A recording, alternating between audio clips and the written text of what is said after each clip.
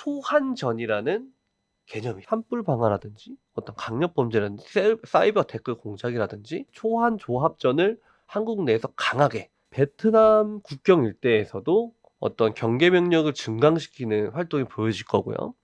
남사군도 있죠. 스플래틀리 군도 일대에서도 해상 민병에 의한 하이브리드전 경향이 강화될 겁니다. 대만, 필리핀, 한국 등에게 광범위하게 사이버 해킹 공격이 계속 들어올 겁니다. 대만군의 긴장을 높이도록 유도를 해서 피로도가 증가하도록, 그래서 전력이 소모되도록 강요를 할 겁니다. 평소처럼 대만섬을 포위 훈련을 하는 것처럼 해군 기지 일대에서 상륙함에 물동량을 적재를 한다든지, 그럼 당연히 미군은 대응을 하겠죠. 미군의 탄도탄 추적함인 하워드 로렌젠이나 이런 것들이 요코하와의 요코스카항의 미군의 병원선이, 이런 것들이 전개되는 것들이 식별이 될 겁니다. 미 해병대에서 지금 운영하고 있는 무인 시스템이 있어요. 네메시스라는 체계가 있는데, 이 무인 원정 차단 작전 체계가 긴급하게 전개가 될 겁니다.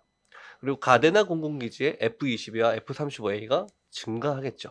그래서 대만 포위 훈련 2일차 또는 3일차 새벽에 기습적으로 탄도탄 공격이 가해질 가능성이 높습니다. 상륙을 하려면 사실 대만섬은 먼저 그 전방 방어선부터 붕괴시 본격적인 점령에 나설 겁니다. 수시간 내에 제압될 가능성이 큽니다. 이제 D+1일부터는 본격적으로 본토에 상륙을 하려고 할 겁니다. 3000톤급 잠수함은 자망에서 작전에 돌입을 할 거고, 동시에 대량의 공수부대들이 타이베이시와 주요 공군기지에 이제 공수 강화를 시도를 하겠죠. 그 과정에서 상당수의 수송기들이 대만 공군과 반공포대의 요격을 받아 격추가 되고, 상륙을 하려고 다가오는 중국 해군의 본대는 대만 해군에게 강력한 전자전을 걸어서 대만 해군은 이 전자전을 극복하지 못하고 중국의 남해 함대와 동해 함대 전력에게 경멸될 가능성이 굉장히 높습니다. D+2일차에는 이지스함 전력들하고 미 해군 항모 전투단의 전투력과 중국 동해 함대 전투력을 비교해 보면 중국은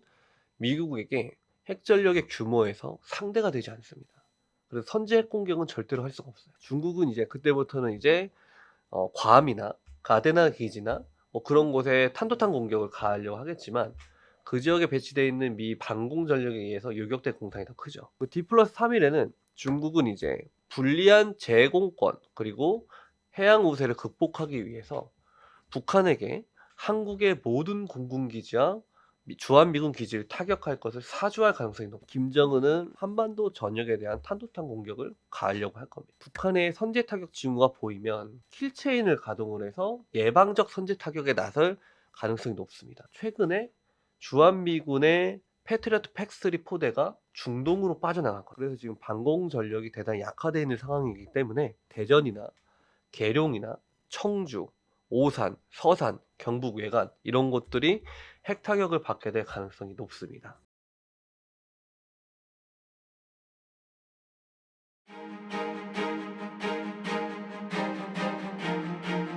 이후에 남하를 시작하는 북한의 2군단, 5군단, 1군단이 집단군으로 승격이 돼서 이 251 집단군과 한미연합군의 지상군 간의 격렬한 지상전이 벌어지면서 양측은 휴전선 일대에서 대부분의 전투력을 소모하고 돈자될 가능성이 높습니다.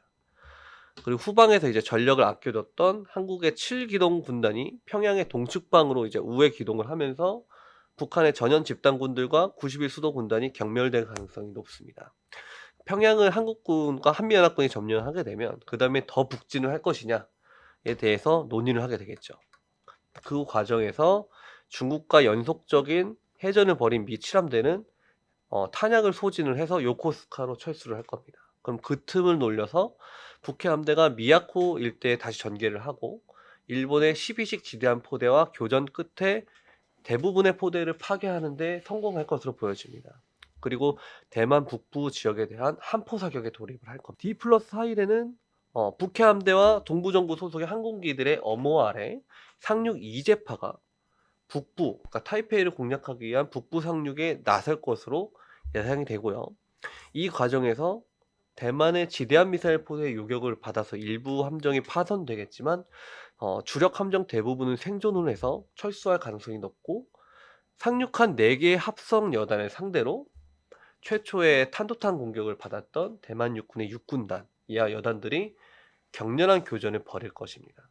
그러나 전력이 온전한 상태에서 상륙한 중국의 합성 여단들이 전력이 손상된 대만 육군의 육군단을 극복을 하고 해안 교도보를 확보를 하는 데 성공을 하지만 전투력이 저하돼서 타이페이시로 진격하는 데는 실패할 것으로 보여집니다. D+5일에 이제 중국 인민해방군이 타이베이시의 상륙교도보 2개소에 4개 합성 여단을 추가 상륙시킬 공단이 큽니다. 이 과정에서 이제 상륙 함대를 엄호하기 위해서 출격한 북해 함대와 재보급하고 나서 출격한 미 7함대 간의 교전이 벌어질 거고요. 양측의 함재기 전력과 양측의 주력 구축함들의 함대함 미사일 요격 역량들을 비교해 보면은 거의 일방적으로 북해 함대가 경멸될 가능성이 큽니다. 그 과정에서 다시 A2AD 대함탄도탄 공격이 가해질 거고 이번에는 미 7함대 역시 전력의 30% 정도의 손실을 입게 될 가능성이 있습니다. 그 다음에는 이제 어찌됐건 제공권을 장악해야 상륙함대가 가니까 중국의 남부정부와 동부정부의 예하 살아남은 전투기 편대들이 이제는 전멸을 각오하고 제공권 장악에 나설 거고요. 이 2차 공습 과정에서 그동안 살아남아 있었던 대만의 공군 전투기 전력들을 경멸시키는 데 성공할 가능성이 큽니다. 그러나 지상 방공포대의 지원을 받는 대만군의 요격에 의해서 중국 공군 전투기들 역시 거의 전멸에 가까운 피해를 입을 가능성이 높습니다. 그 상황에서 이제 대만 육군의 육군단 이하 여단들은 새롭게 상륙한 중국군의 4개 합성여단 전력을 감당하지 못하고 타이페이시로 퇴각을 할 가능성이 크고요. 중국군의 5개 여단 마이너스 전력과 대만 육군단의 마이너스 전력 간의 격렬한 시가전이 발생을 할 겁니다. D+6일에는 인민해방군의 상륙함대가 다시 4개의 합성여단을 중부 상륙교두보에 상륙을 시키기 위해 출격을 하다가 대만 해군의 3,000톤급 잠수함에게 발각이 돼서 075형 상륙함과 071형 상륙함이 격침이 되고 다수의 민간 선박들이 각 격침이 되면서 2개의 합성여단 정도가 수장이 될 가능성이 있습니다. 그러나 나머지 2개의 합성여단은 상륙에 성공을 하고 대만 10군단의 약화된 방어선은 함락될 가능성이 있습니다. 그 타이밍에 미 해병 31 해병 원정단이 동부의 장웨이 일대에 이제 상륙을 하게 되면 D+7일쯤 되면 양측 모두 전력 소모를 감당하지 못하고 유엔의 휴전 협상을 받아들이게 될 가능성이 있습니다. 그 과정에서 앞서 말씀드렸다시피 끝까지 한미연합군에게 저항했던 북한은 중과부적으로 패망할 가능성이 높죠. 여기까지가 이제 제가 분석한 이야, 대만 침공 시나리오입니다. 엄청나게 고생. 근데 얼마나 걸리신 거예요, 이거? 준비하는데. 한 3, 4일 정도 걸렸죠. 아, 3, 4일 만에 그랬어요. 네. 평소에 뭐 정말. 근데 이게 기본적으로 시나리오라는 거는 하나의 가정선을 만들어 기준선이잖아요. 네네. 그래서 꼭 이렇게 된다는 게 아니라 여러 가지 계산을 해보고 결정하는 건데 그런 점에서 해주시는 거지. 앞으로 이렇게 된다고 예언을 하는 건 아닙니다. 그러니까 맞습니다. 내가 이게 뭐 틀리다 맞다를 비난하려는 게 아니라 여러분이 들으실 때 또 요즘엔 아는 분이 많아서 야 이거잖아 뭐 이렇게 하는데 이거는 지금 실전을 재현하는 게 아니라 완벽 하나의 시나리오를 들여서 기존 틀을 잡자는 거죠. 물론 개인적으로 특히 이제 북한 문제 같은 경우는 과연 그럴까라는 의문도 있지만 이제 그 모든 거는 대비해야 되는 거잖아요. 이렇게 네. 되고 이렇게 되고 이렇게 된다 해서 대비해야 되는 거니까 난 몇 달 걸리신 줄 알았어요. 3, 4일이라니 충격이다. 이게 어떻게 3, 4일에 되지? 북한의 입장에서는 사실 주한미군 전력이 빠져나가는 것만큼의 호기가 없거든요. 근데 앞서도 말씀드렸다시피 그 핵타격을 우리에게 가하려면 적어도 410발 정도는 북한이 만들어야 된다. 그 전제가 있습니다. 핵을 안 쓴다는 전제에서 재래식 전투를 벌이지는 못할 거고. 네. 핵은 반드시 사용할 핵은 겁니다. 북한이 만약에 정말 일으킨다면 반드시 핵을 쓰는 거지. 네. 핵 없이 재래식 전투로 붙어가지고는 정말 힘들다. 이건 하나 이제 말씀해 주시는 거고. 근데 결론은 이렇게 못한다는 거 아니야? 이렇게 되면? 그래서 제가 봤을 때는 지금 중국 내부에서 시진핑에 의한 중국 군부 숙청이 벌어지고 있거든요. 그렇죠. 많은 분들이 알려져 그러게, 있잖아요. 예. 그게 왜 벌어졌을까? 어차피 지금 시진핑이라는 사람은 과거부터 꽤 오랜 기간 집권해 왔지 않습니까? 그 기간 동안 본인이 진급시킨 장군들이 도대체 몇 명일 텐데 이미 군은 아내분께서 인사를 담당하신다면서요? 중국군에. 모르겠어요. 근데 중국은 아직도 약간 그 군벌화라는 게 그렇고 워낙 나라가 넓다 네. 보니까 섹터화가 좀 항상 진행돼 가지고 그 문제는 중국은 영원히 해결 못 할 것 같아요. 왜냐면 나라가 너무 큰 걸 어떻게 그걸. 그니까요. 어. 근데 군벌도 군벌인데 장교단에 대한 숙청이 도대체 왜 일어날까? 정말 저게 미군한테 어떤 뭐 전략 로켓군의 기밀이 넘어가서 뭐 미사일에 물을 넣어서 연료에 그런 것 때문에 그렇게 높은 장군들을 날린다고? 이해가 잘 안 되거든요.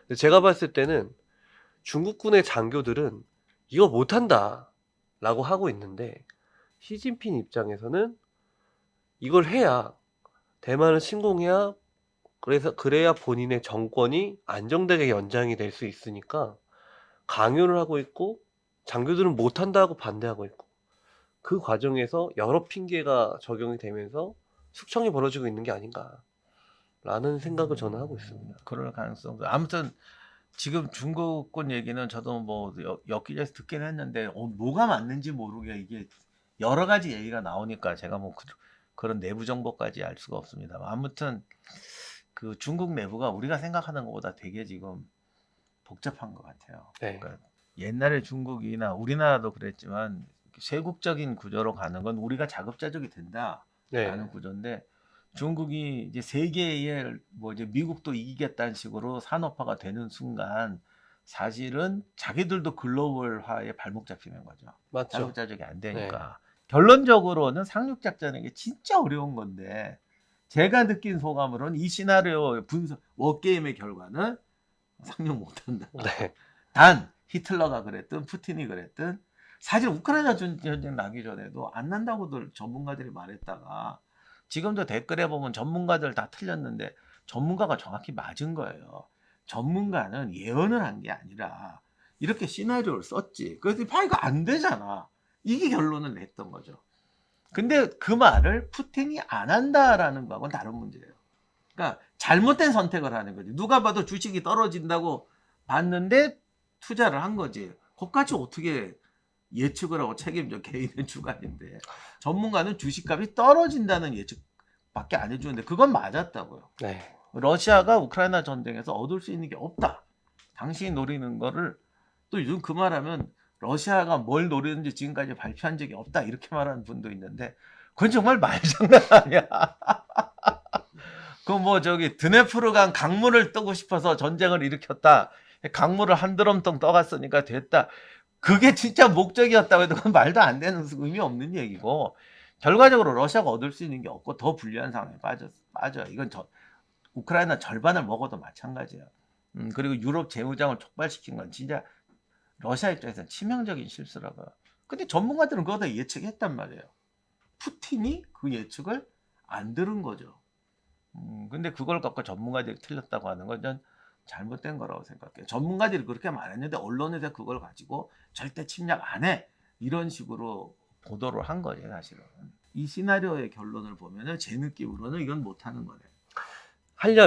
이걸 성공시키려면 중국이 지금보다 동해 함대와 남해 함대의 전력을 2.5배 이상 키우고 근데 특히 그거는 양적인 증가가 아니잖아요. 질적인 증가를 포함하는 거죠. 양적 질적을 포함하는 거. 그러니까. 그 2.5배 이상의 05형, 054형, 054D형 이런 함정들을 더 많이 만들어야 되고 그리고 상륙함도 지금의 8척 이거 가지고는 어림도 없고요.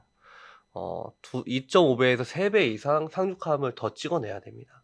잠수함 전력도 마찬가지고요. 어쨌든 바시 해협과 미야코 해협을 통제를 해야 상륙 작전을 할 수 있기 때문에 드론도 어떻게 활용하느냐가 앞으로 또 아마 몇 년 사이에 엄청 바뀔 것 같잖아요. 요 드론 문제가 중국군의 발목을 잡을 공산이 또 있는 게 지금 대만 해군이 지금 실험을 하고 있는 게 수상 드론, 수상 자폭 드론을 지금 만들어서 이거를 전력화 시험 단계에 있거든요. 이게 대량으로 배치가 되면 물론 중국군의 전자전을 극복하느냐는 두 번째 문제인데 뭐 전자전을 모든 해역에서 가할 수는 없는 거니까 그렇죠. 그 드론이 요즘 또 전자전만으로는 안 된다면서요. 이제 선을 연결해서 날리는 게 있습니다. 나도 좀 네. 최근에 쓰고 있는 거. 우크라이나가 요즘에 어. 쓰고 있는데 그렇게 하면 재밍이 무의미하죠. 무의미하니까. 네. 참, 진짜 웃기는 세상이야. 한때는 유선에서 무선으로 다시 유선으로. 머리 유선보다 아파. 좋은 게 없습니다. 유선은 속일 수가 없어요. 그러게 말이에요. 만약에 계속 중국이 상륙을 하려는 준비만 하고 시간이 점점점 늦춰지면은 우크라이나 전쟁 그리고 지금 미국이 중동에서 이란을 치기 위한 여러 가지 작업을 하고 있지 않습니까? 그래서 이런 미국의 전력이 분산되어 있는 지금이 적기란 말이죠. 지금 중국군은 우크라이나 전쟁에서 FPV 드론이 굉장히 위력을 발휘했지 않습니까? 중국 병사들은 그걸 연습을 하고 있습니다. FPV 드론을 날려서 벙커 안으로 집어넣어서 터트린다든지 전차나 장갑차의 상부나 측방을 때린다든지 FPV 드론을 날려서 병사가 그 드론을 피해가지고 은원패하고 그런 훈련들을 하고 있거든요. 우리 한국군이 지금 하고 있는지는 제가 모르겠는데 안 하고 있다면 만약에 빨리 해당 훈련들을 좀 한국군도 할 필요가 있지 않나. 그런 부분들은 굉장히 신속하게 하거든요. 중국이 많이 빨라졌네. 네. 아무튼 타이완을 칠 준비하고 있다는 메시지 자체는 확실하게 하고 있는 것 같아요. 그렇습니다. 제가 말하는 메시지는 말이 아니라 방금 말씀드린 것처럼 함정을 찍어낸다거나 드론을 만든다거나 이런 식으로 해서 실제로 구체적인 준비까지는 하고 있는 것 같습니다. 다만 그게 진짜 어느 정도 의지를 가진 행동이냐 조금 보여주기식, 그러니까 보여주기라기보다는 일단 준비는 하자라는 그런 행동까지는 하고 있는 거네요. 결국 모든 것은 시진핑의 권력 안정화에 달려 있을 겁니다. 그리고 대만의 방위태세, 나라를 지키겠다는 국민들의 의지, 거기에 이제 전쟁의 유무가 달려 있다라고 볼 수 있을 것 같습니다. 역사에 역설이 하나 있는데 권력이 안정되면 전쟁 절대 안 해요. 맞습니다. 왜냐하면 전쟁이 그 이상의 안정을 주질 못해요. 일단 이 시나리오를 기반으로 하면 현재는 정말 전쟁하기 힘들 것 같다는 생각이 네, 듭니다. 현재는 어렵습니다. 네. 할 수는 있는데 엄청난 할 수야 피해를 있지. 감수해야 될 겁니다. 항상 할 수 있지. 네, 지금 대만 전쟁에 대해서 뭐 얘기가 많아요. 저도 진짜 계속 질문, 이게 좀 잊혀졌다 싶으면 들어오는데 저도 어떤 이런 중국의 어떤 정치 경제적 상황이라든가 국제관계에서 설명하지만 근데 사실 중국도 이거 검토하고 있을 거 아니에요. 그것만 갖고 하고는 안 엄청 되지. 많이 했겠죠. 제일 중요한 거는 이제 실전에서 어떤 일이 벌어지느냐를 가지고 판단하는 건데 지금 나오는 시나리오는 이렇다. 그래서 이 시나리오를 조금 더 과장했을 때 중국이 이길 수 있을지도 모른다. 뭐 어느 정도 정도. 그러나 여기에다가 제가 생각하는 국제 정세라든가 이런 거를 하면은 거기서 손해 보는 부분을 이거를 통해서 회복할 수 있느냐. 제가 볼 때는 좀 힘들 것 같아서 제가 볼 때는 오늘 이 얘기를 들으니까 중국이 전쟁하기 더 힘들구나 라는 생각이 들긴 합니다. 다만 영원한 건 아니니까 사실 내가 이렇게 판단해 소용없어요. 저는 시진핑이 아니기 때문에. 그리고 중국 군부가 아니기 때문에. 근데 시진핑 개인의 뜻으로 또 중국이 생각처럼 개인의 힘으로 못합니다. 러시아 구조가 또 달라요. 그래서 제가 물론 이것도 시대가 바뀌는데 중국 쪽 전문가들 말을 들으면 우리나라나 외국에 보도될 때는 오히려 중국이 오랫동안 황제 국가고 하니까 옛날 마오쩌둥 시대부터 어떤 개인의 얘기를 많이 하는데 중국은 의외로 굉장히 집단적으로 움직입니다. 그래서 그러니까 굉장히 센 것 같아도 할 수 있는, 옛날에 황제도 그렇잖아. 마음대로 할 것 같지만 또 못하는 건 전혀 못하거든요. 그렇죠. 황제라고 해서 다 할 수 있는 건 아니죠. 네, 그래서 그런 부분이 있어서 아무튼 제가 내리는 오늘 정말 이 놀라운 이 작품을 듣고 제가 내리는 결론은 이거 힘들 것 같아요. 저는 그렇습니다. 이러고 내일 전쟁 나는 건지 모르겠다.